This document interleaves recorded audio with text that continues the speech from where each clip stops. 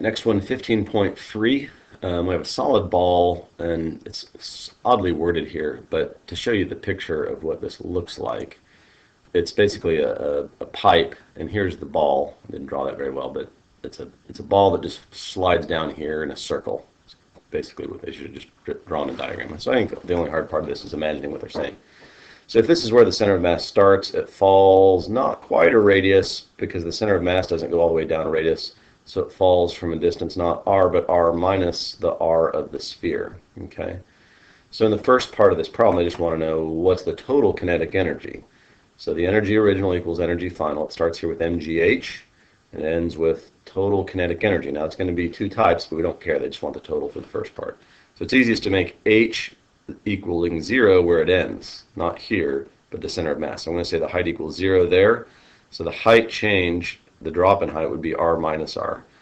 So we start with gravitational potential energy, mgh. We end with kinetic total. So really, all I'm calculating here is mgh that all gets converted into kinetic energy down here. So mg times r minus r.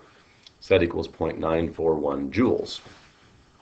The second part, now they want to know, okay, what is the velocity? How fast is this guy going? Now, in the old days, we just had mgh equal 1/2 mv squared and we'd be done.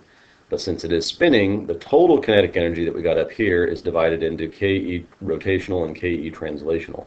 So the 0.941 joules equals 1/2 mv squared, which is the speed of the center of mass, plus 1/2 I omega squared rotational. So 0.941, so then we just plug in the values here. I is the I value of a solid sphere, which is 2/5 m r squared. It's hard to see there, but I'm just plugging in the numbers from the problem.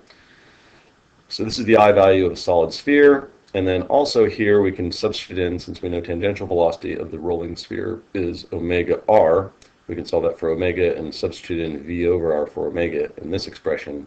So that'd be v squared over r squared. R squareds would actually cancel out. And then you just work that out and you should get a tangential velocity of 1.83 meters per second.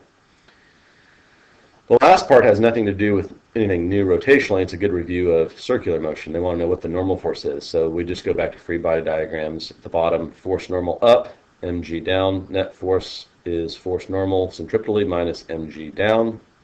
So that equal to mv squared over r, which is centripetal force, equals Fn minus mg. Plug in our value for velocity and solve for force normal, which is 9.5 newtons.